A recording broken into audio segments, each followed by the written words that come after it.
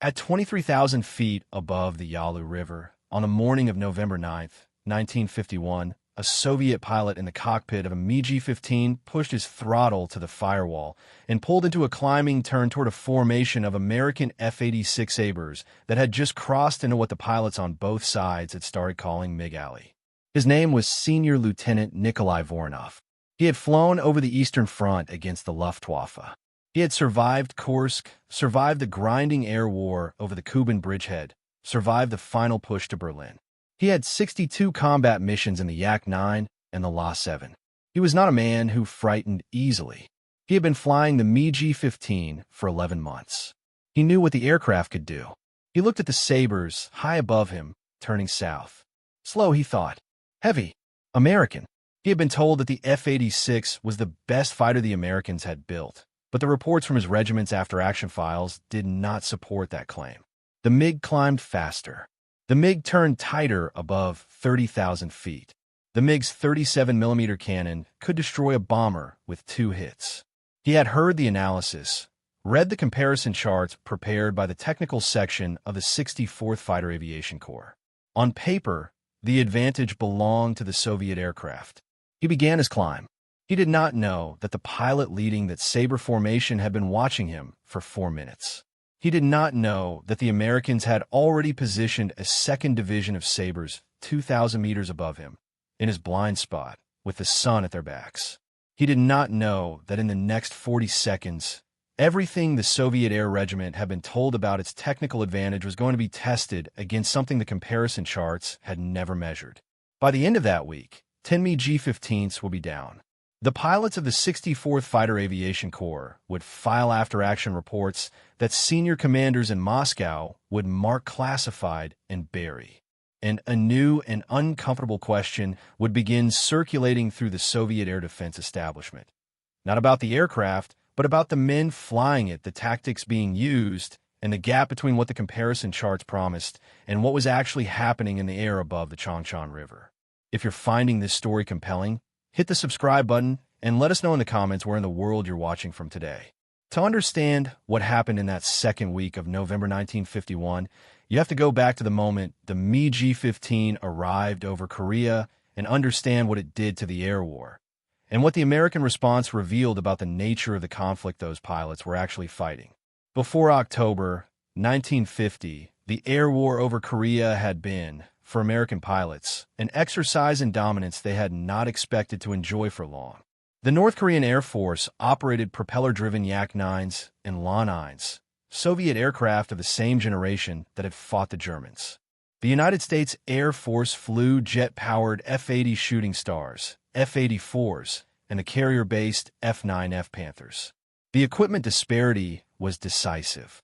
American pilots swept the prop-driven opposition from the sky in the first weeks of the war and then turned to the ground attack mission with relative confidence. That confidence ended on November 1st, 1950. At 9:40 in the morning, near the town of Sinuiju on the Yalu River, 6 swept-wing jet fighters attacked a patrol of F-80 Shooting Stars. The engagement lasted less than 2 minutes.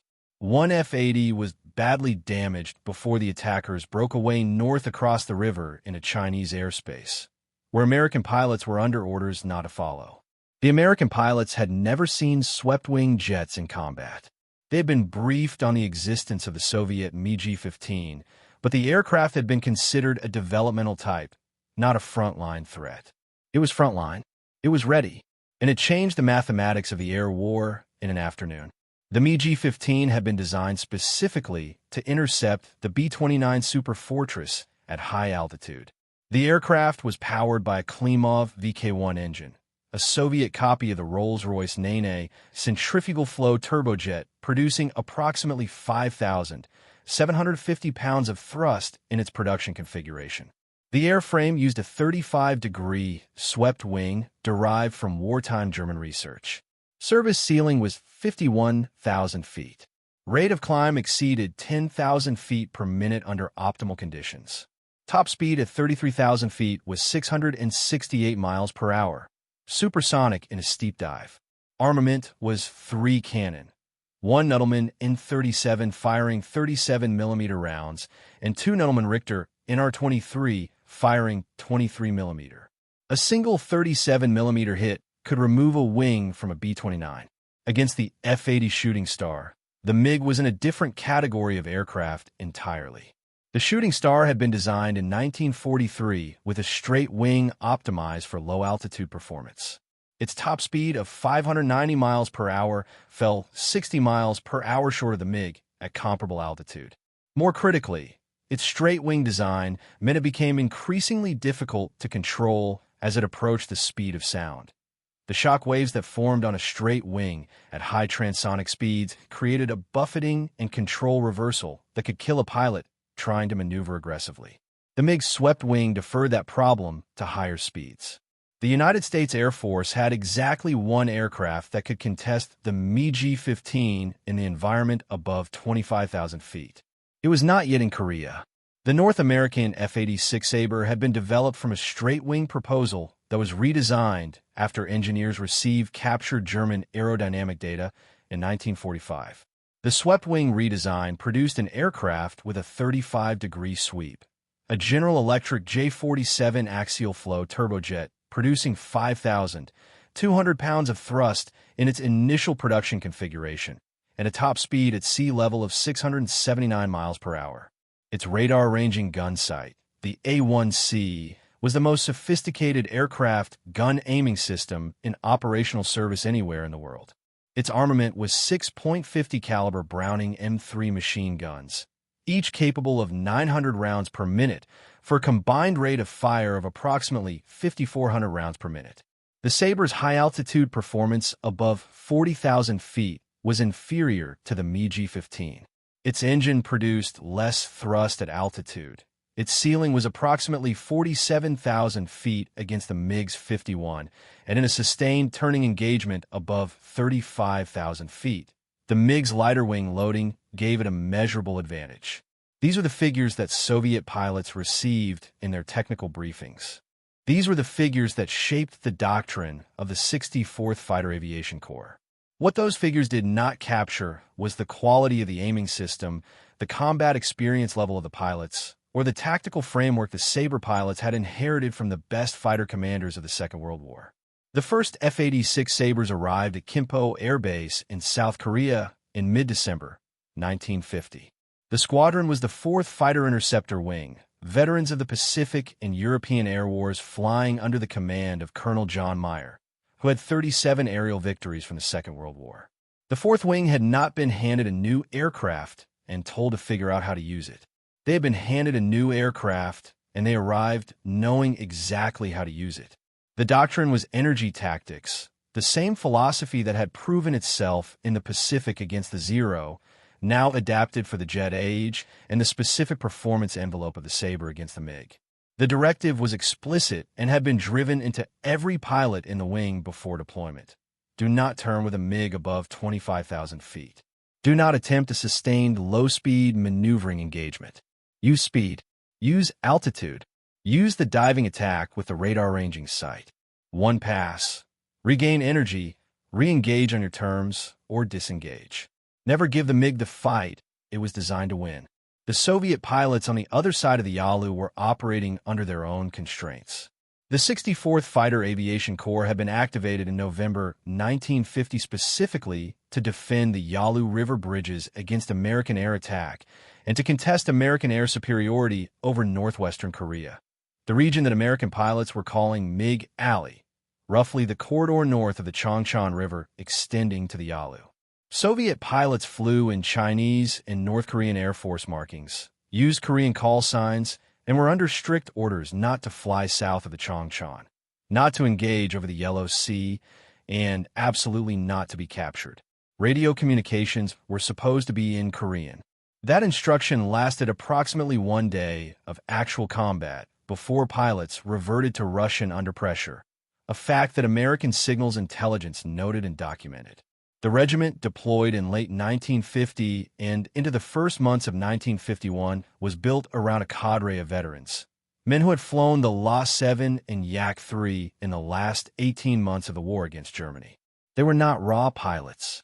The 64th Corps' initial regiments included pilots like Major Yevgeny Popeliev, who would go on to achieve the highest confirmed kill total of any Soviet pilot in Korea, and senior lieutenants with significant wartime hours.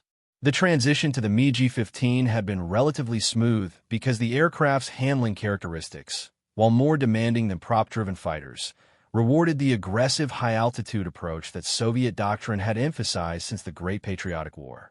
In the first months of contact with the Sabre, from December 1950 through the spring of 1951, the engagements were inconclusive by any honest accounting. The MiG's altitude advantage meant that Soviet pilots could initiate or decline combat largely on their own terms. They would dive from above 40,000 feet, make a firing pass of the Sabre formations escorting B-29 raids, and zoom back up before the Sabres could pursue. The Sabre pilots learned quickly that chasing a MiG upstairs was suicide. The MiG would simply continue climbing until the Sabre lost energy and control authority, then reverse and pick it off. Several Sabre pilots were killed this way in the early months, trying to follow their instinct from Second World War engagements where climbing after a fleeing enemy was sound practice. The kill ratios from those early months were, from the Soviet perspective, encouraging.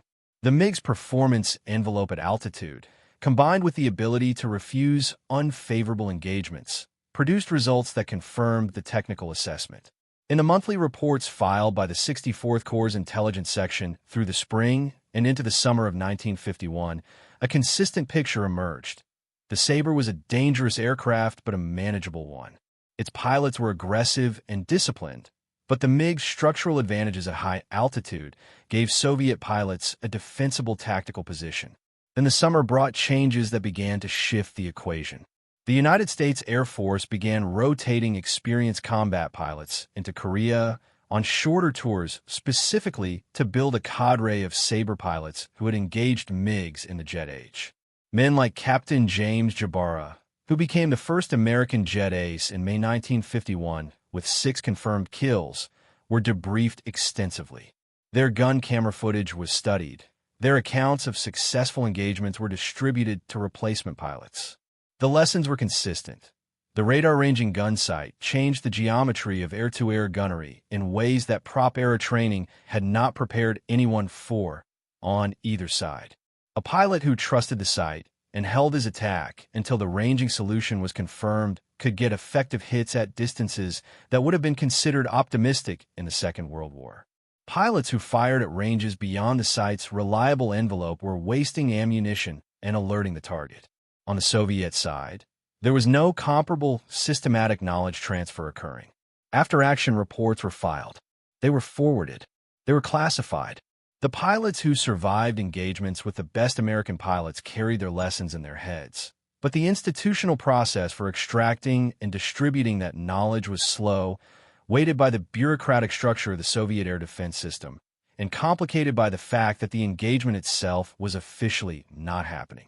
Soviet pilots were technically not in Korea. Their kills were credited to Chinese or Korean pilots in the official record.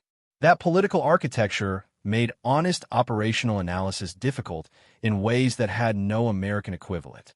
By the autumn of 1951, a second generation of Soviet pilots was rotating into the 64th Corps to replace the original cadre.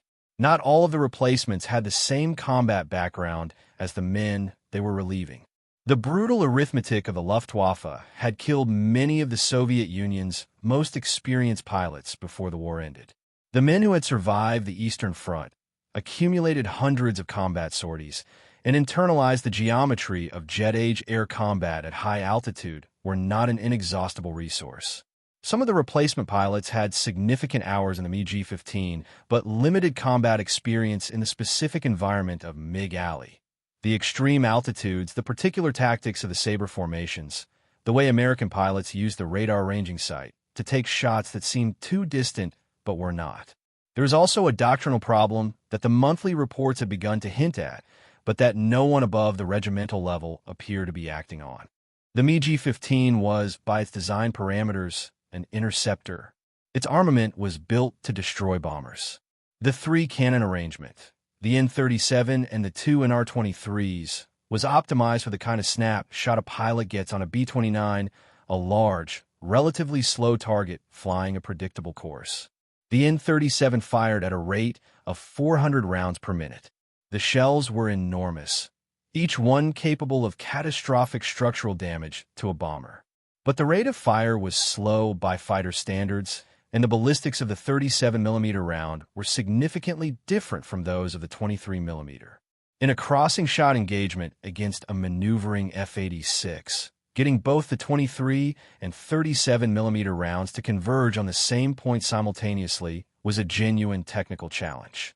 Soviet after-action reports from the autumn of 1951 document hit rates on Sabre targets that were considerably lower than hit rates on the rare occasions when MiGs engaged B-29s or other large aircraft.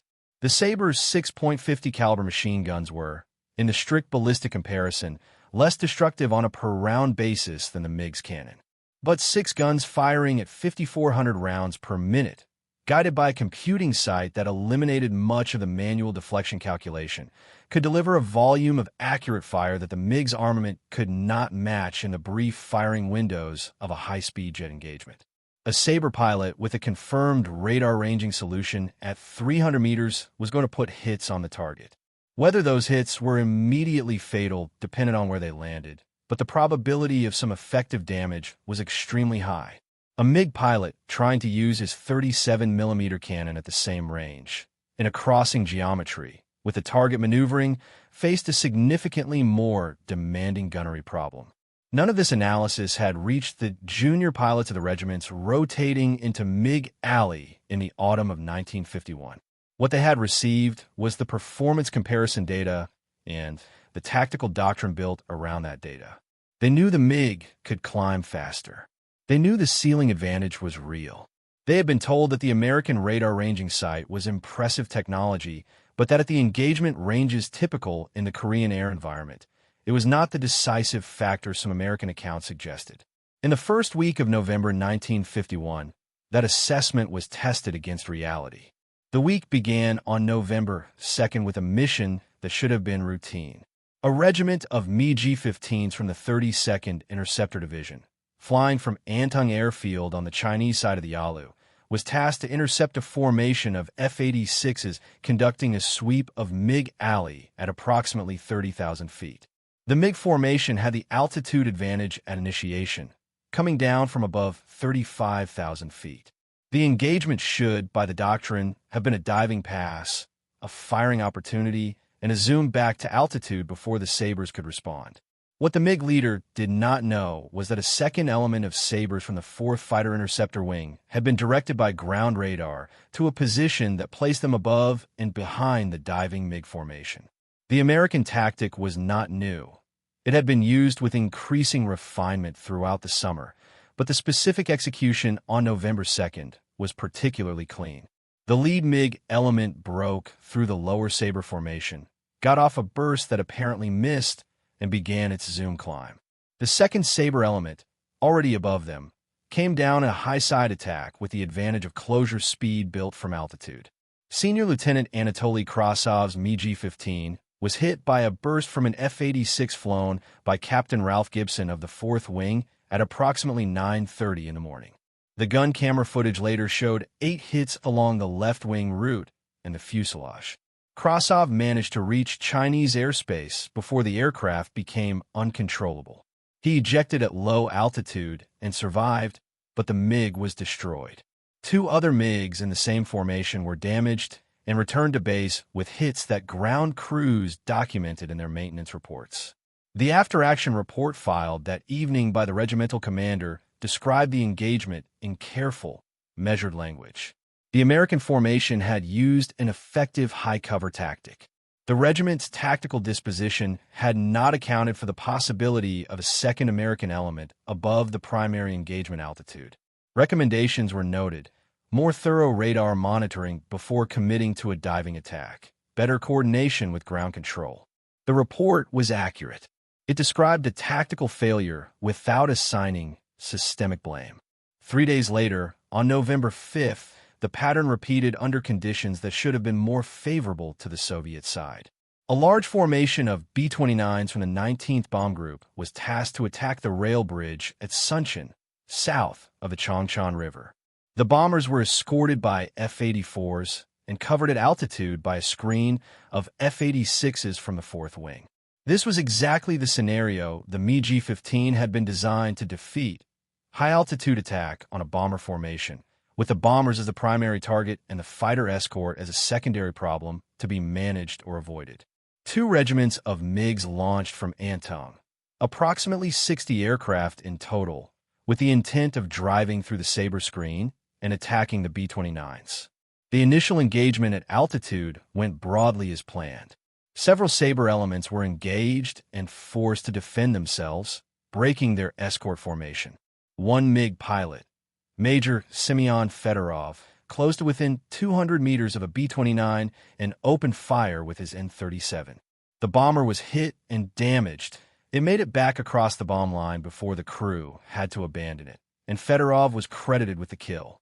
But the penetration of the B-29 formation that had been the mission's objective was not achieved. The Sabre screen, though disrupted, reconstituted quickly. American pilots who broke off initial engagements were able to regain altitude and re-engage because the radar picture available to their ground controllers allowed the fighter directors aboard USS Valley Forge and at the Mosquito Control Station to vector them efficiently. 4 MiGs were lost in that engagement. 2 pilots ejected successfully and were recovered. 2 were killed.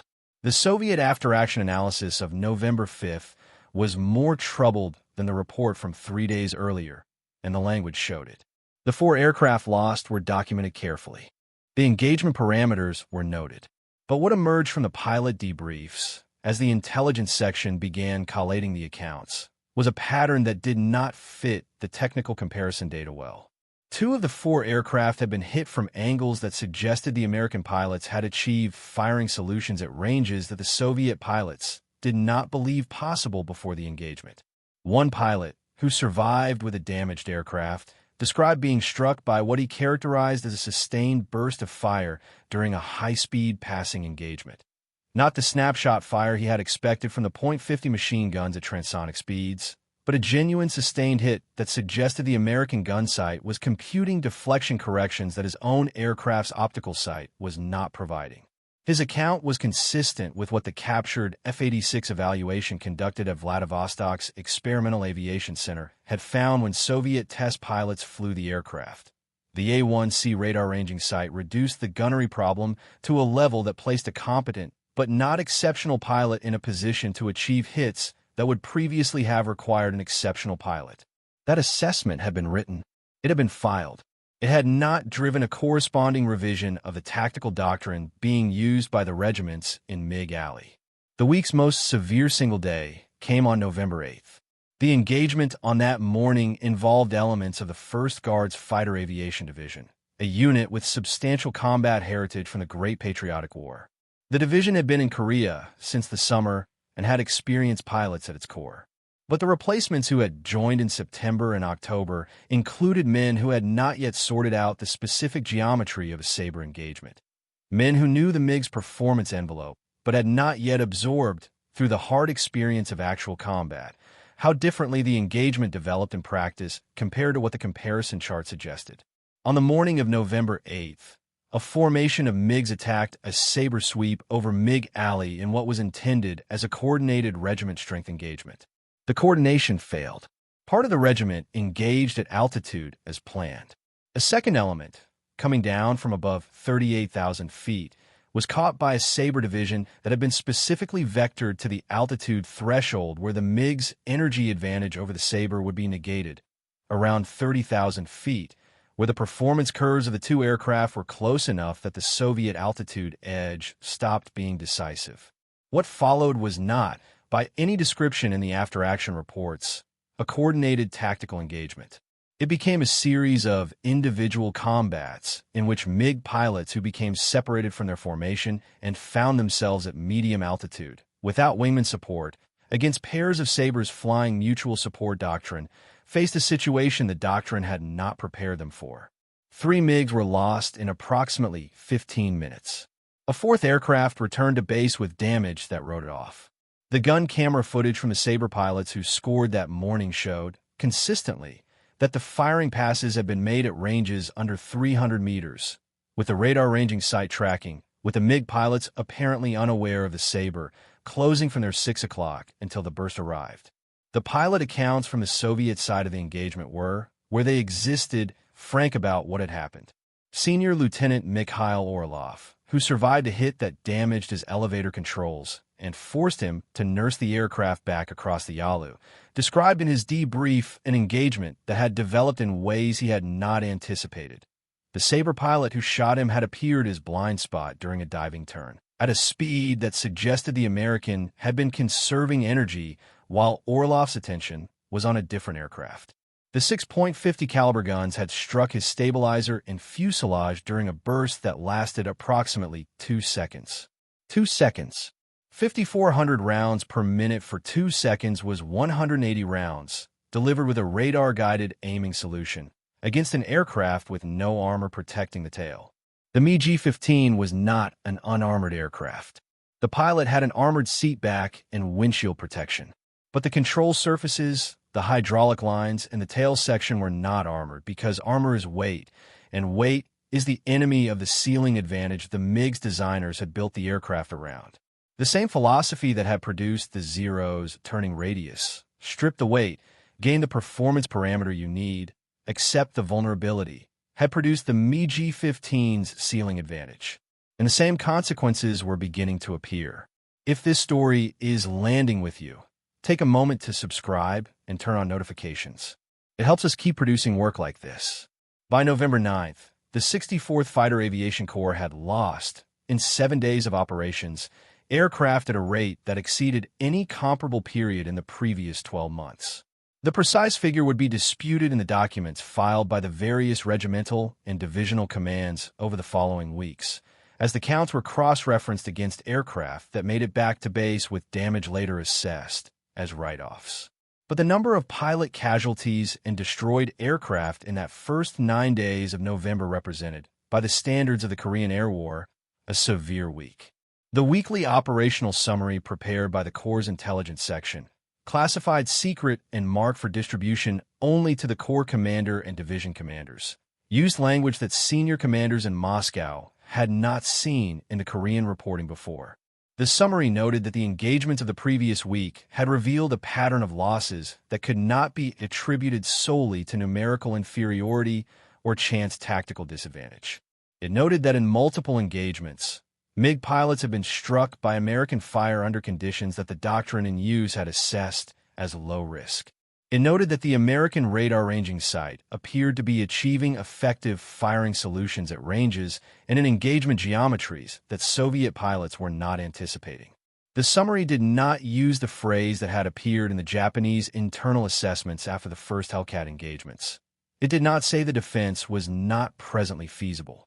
But the implication beneath the careful language was the same. Something was not working. The technical comparison data that had shaped the doctrine was incomplete in a way that was costing lives. The regiment commanders who filed their own reports in the days following did so with varying degrees of directness. Colonel Semyon Alfiev, commanding one of the affected regiments, wrote an assessment that was notable for its precision. He identified 3 specific tactical failures in the engagements of the first week of November. First, that element coordination above the primary engagement altitude had been inadequate, allowing Sabre pilots to use ground radar-directed positioning to achieve tactical surprise in ways that the regiment's formations had not accounted for. Second, that the firing discipline of replacement pilots in maneuvering engagements had been poor, with pilots opening fire at ranges beyond reliable envelope of their gun sight and thereby alerting Sabre pilots to their presence without achieving hits.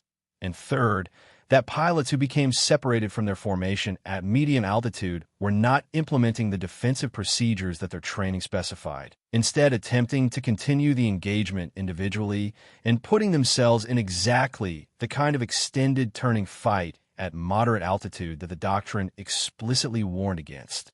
Alfiev's assessment was accurate on all 3 points. But the third point, the one about pilots not implementing defensive procedures when separated, was the one that required the most careful reading. What Alfiev was describing between the lines of his tactical language was a motivation problem, not cowardice, but something more complex.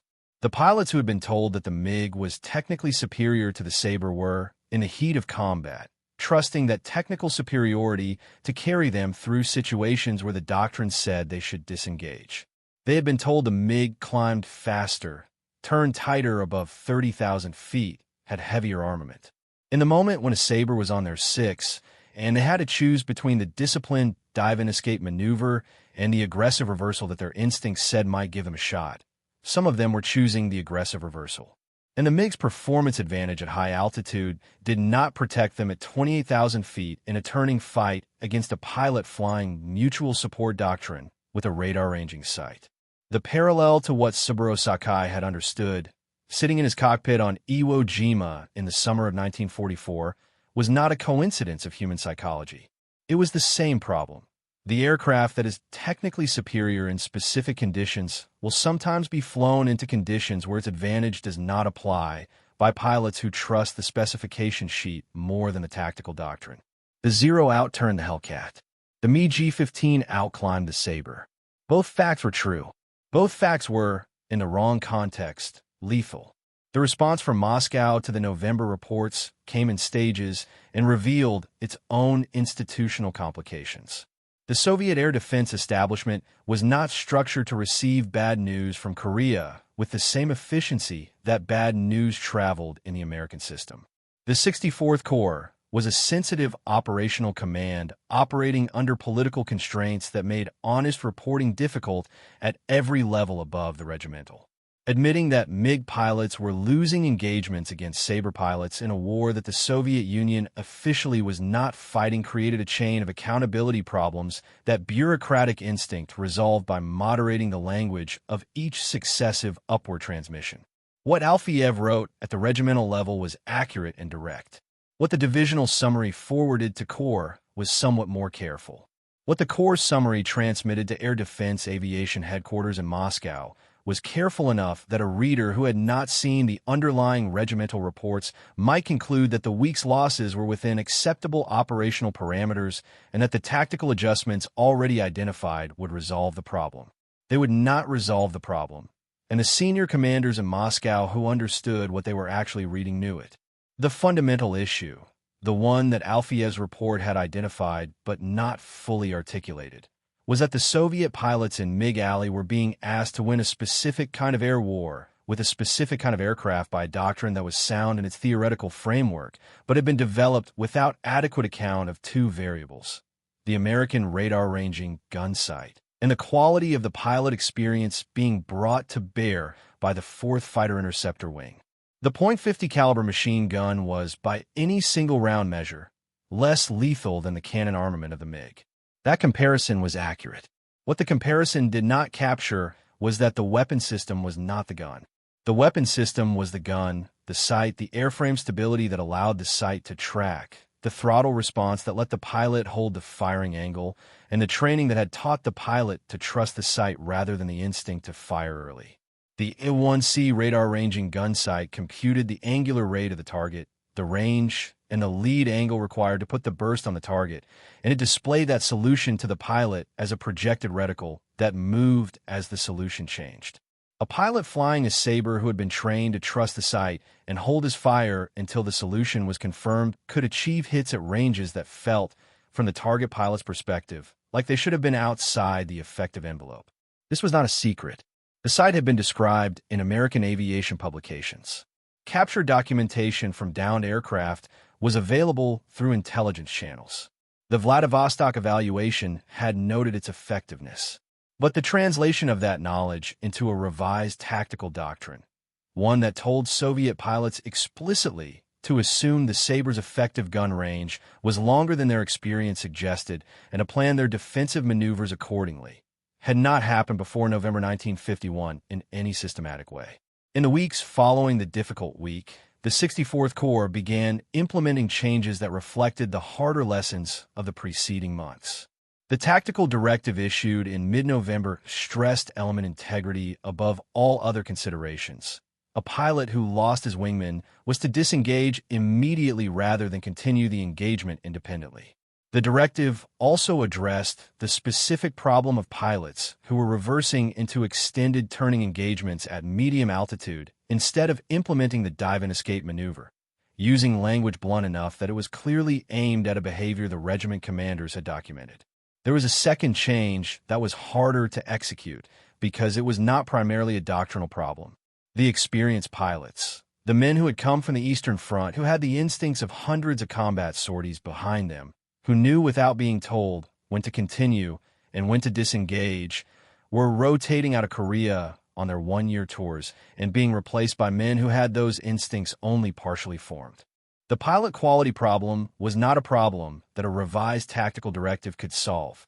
Major Yevgeny Popelyev, who completed his tour in the winter of 1951-52 with confirmed kills that made him the most successful Soviet pilot of the Korean Air War, understood this as clearly as any of the regiment commanders.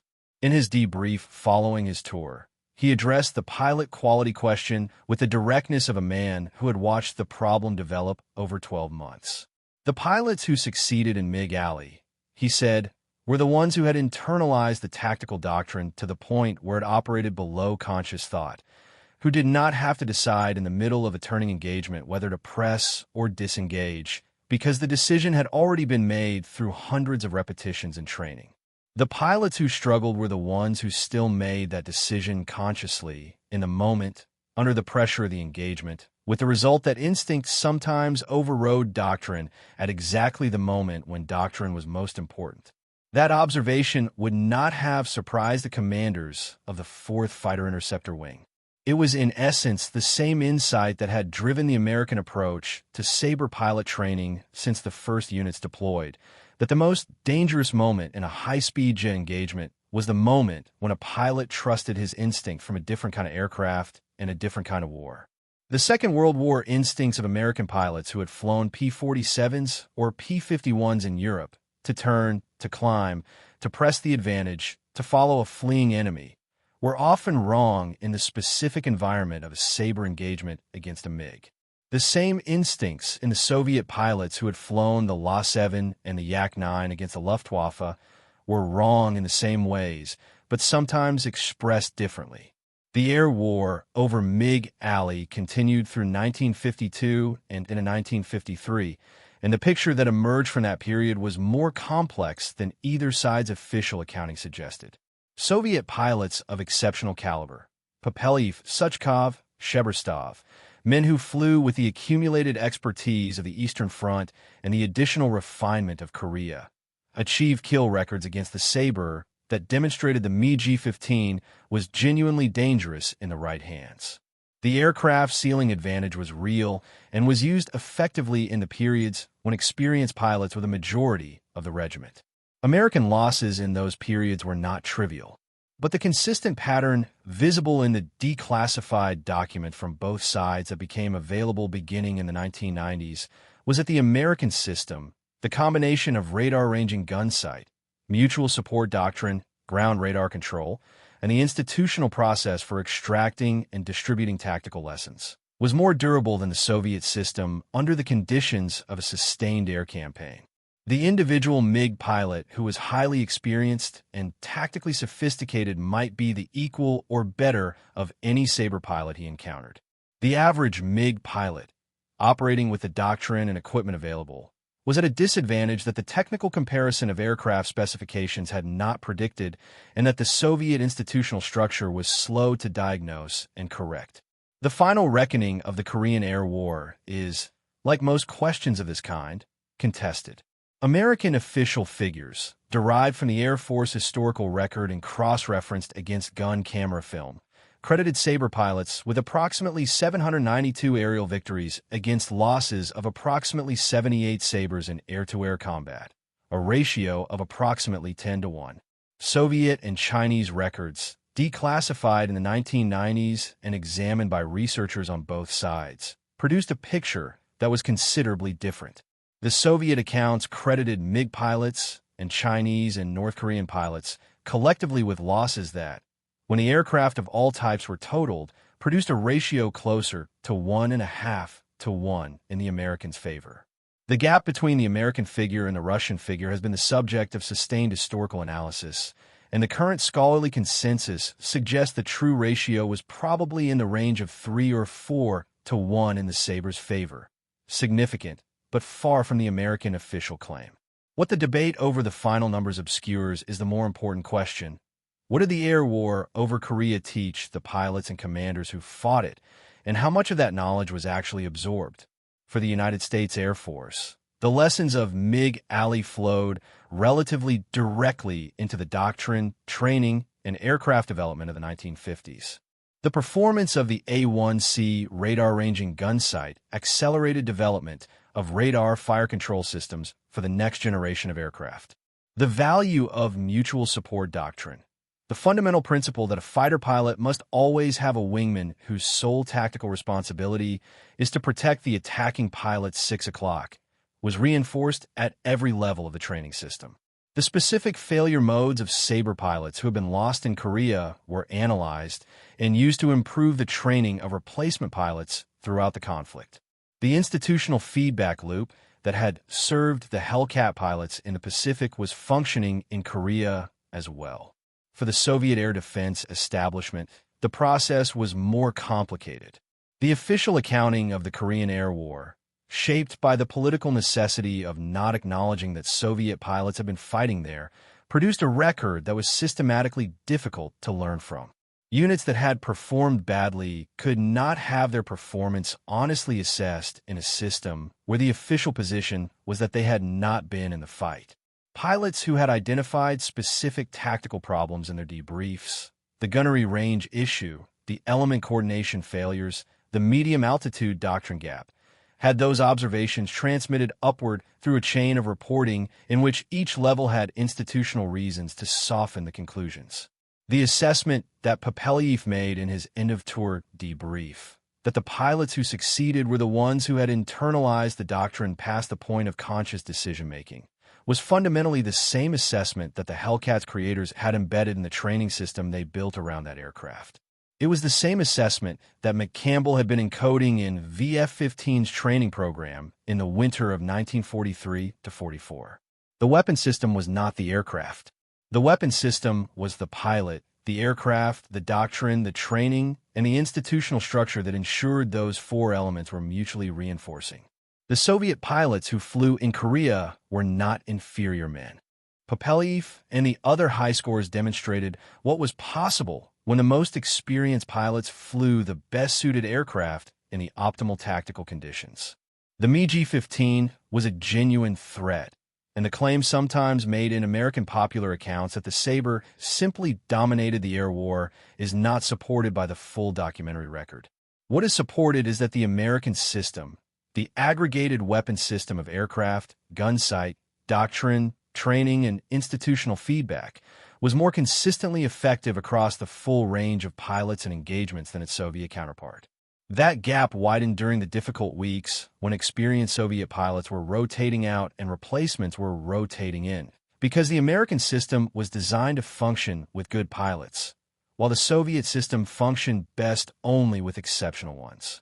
That is the distinction Sakai had been reaching for, sitting in his cockpit on Iwo Jima. Not that American pilots were better than Japanese pilots. The record did not support that claim either. But that the American system had been designed so that the average pilot, equipped with the right aircraft and trained in the right doctrine, could achieve results that the Japanese and Soviet systems required exceptional pilots to match. Systems beat warriors. Not always.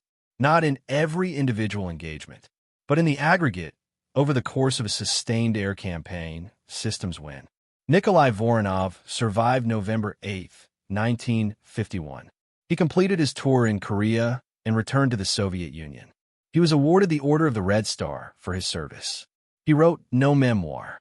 His after-action reports, where they survive in the 64th Corps records that have been partially declassified, are careful and precise. The account of a professional pilot who saw what was happening and described it accurately.